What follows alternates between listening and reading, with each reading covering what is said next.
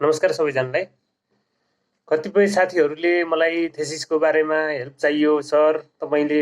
अझै पनि थेसिसमा हेल्प गर्नुहुन्छ कि गर्नुहुन्न भनेर धेरै कुराहरू चाहिँ आइरहेको मैले महसुस गरेको छु र मैले यो भिडियो बनाउँदै गरेको छु। केही समयदेखि मैले अलिकति कसैलाई थेसिसको बारेमा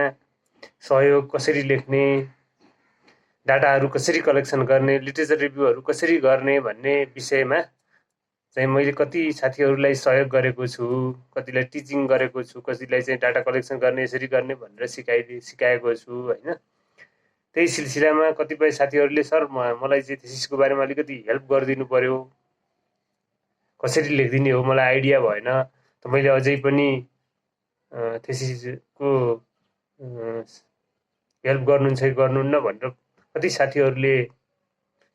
सोधिराख्नुहुन्छ मलाई। र मैले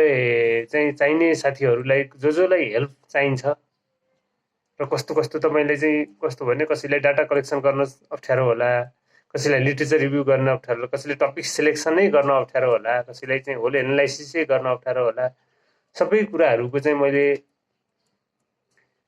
जो आउनुहुन्छ उहाँहरूलाई अलिकति सहयोग गरेर पठाउने नै गरेको छु र त्यो कुराहरू चाहिँ मैले अहिले पनि कन्टिन्यू नै गरिरहेको छु र आउने साथीहरूलाई चाहिँ मैले अझै पनि यो हेल्प गरिरहेको छु। र तपाईँहरू कसैलाई चाहिँ यस्तो प्रकारको हेल्प चाहिएको छ भने मलाई तल यो थम्बनेलमा दिएको कन्ट्याक्ट नम्बर र वाट्सएपमा र मेल आइडी दुईवटा मैले थम्बनेलमा राखिदिएको छु र त्यसैमा हेरेर तपाईँले चाहिँ मलाई कन्ट्याक्ट गर्न सक्नुहुन्छ। तपाईँले चाहनुहुन्छ भने मलाई भेट्न पनि सक्नुहुन्छ र काठमाडौँ भ्यालीभित्रको लागि र भ्याली बाहिरको लागि चाहिँ तपाईँले अब कन्ट्याक्टबाटै चाहिँ हामी कोलाबोरेसन गर्न सकिन्छ होइन। तपाईँलाई कस्तो प्रकारको कुनै प्रकारको हेल्प चाहियो होइन,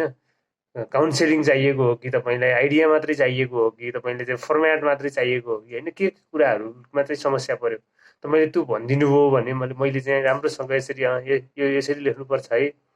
यो यस्तो हुन्छ, यताबाट लेख्यो भने सजिलो हुन्छ तपाईँलाई,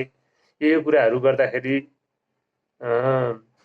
तपाईँलाई हेल्प हुन्छ, तपाईँले यसरी लेख्नुहोस्, यो साइटेसन यसरी गर्नुपर्छ भन्ने कुराहरू प्रत्येक कुराहरू र यहाँबाट चाहिँ आर्टिकलहरू हेर्नुहोस् तपाईँले, अनि यो आर्टिकलले तपाईँलाई पुग्छ कि पुग्दैन होइन, यस्तो कुराहरू सबै कुराहरू एकदम फुल प्याकेज